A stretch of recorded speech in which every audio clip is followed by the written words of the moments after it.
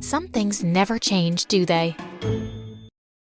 You have more friends and the world at your fingertips. It's just for a short time, Violet. I was speechless. I was being punished for literally nothing, and it was all Sophie's fault. I moved into our guest house that evening and didn't speak to any of my family members. In fact, I continued to ignore them for the next several months. Sure.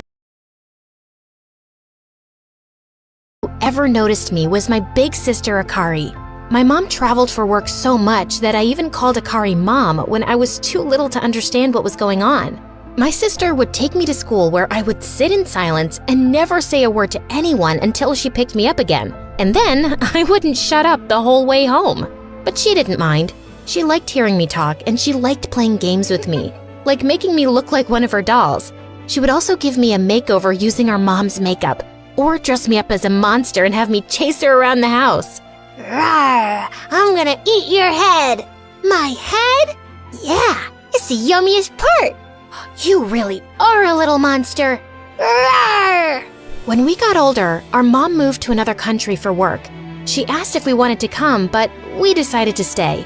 Akari had graduated from university and had a real job now, so we didn't have much time to hang out, but every Friday, I would wait for her at the train station near my school for when she got out of work, and we would hang out all weekend. And even though we grew up, nothing really changed, except now we didn't play dress up anymore. Now we dressed up for real to go out to dinner or the arcade or whatever we wanted. We had the best life. The only problem was, I was still too shy to talk to anyone, especially boys.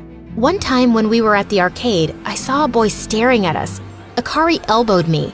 "He's looking at you, Nozomi. Go talk to him." My cheeks got so red, my hands all clammy. I suddenly froze up and couldn't even play the games anymore. Okay, let's go home. You don't have to talk to any boys. But you know, it would make me really happy if you tried, at least once, for me. Maybe you can talk to a boy for me. Then I won't have to do any work. She gave me a dirty look, but she was only kidding. I knew she was right. I just had no idea how I would ever talk to a boy. Then one Friday, the train that was supposed to arrive didn't come, and suddenly I got a really bad feeling. After 30 minutes, the train finally came, but Akari wasn't on it.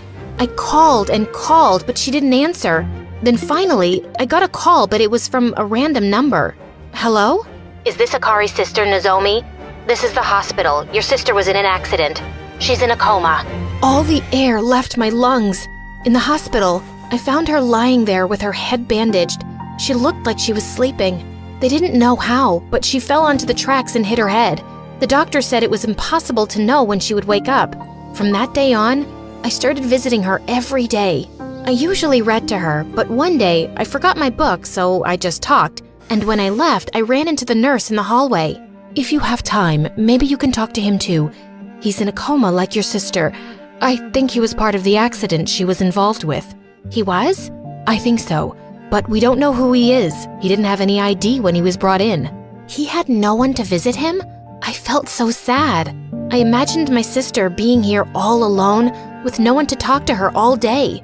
Before I knew it, I was in his room. He looked a couple of years older than me. I sat down beside his bed and without even realizing it, I was just talking to him just like I talked to Akari.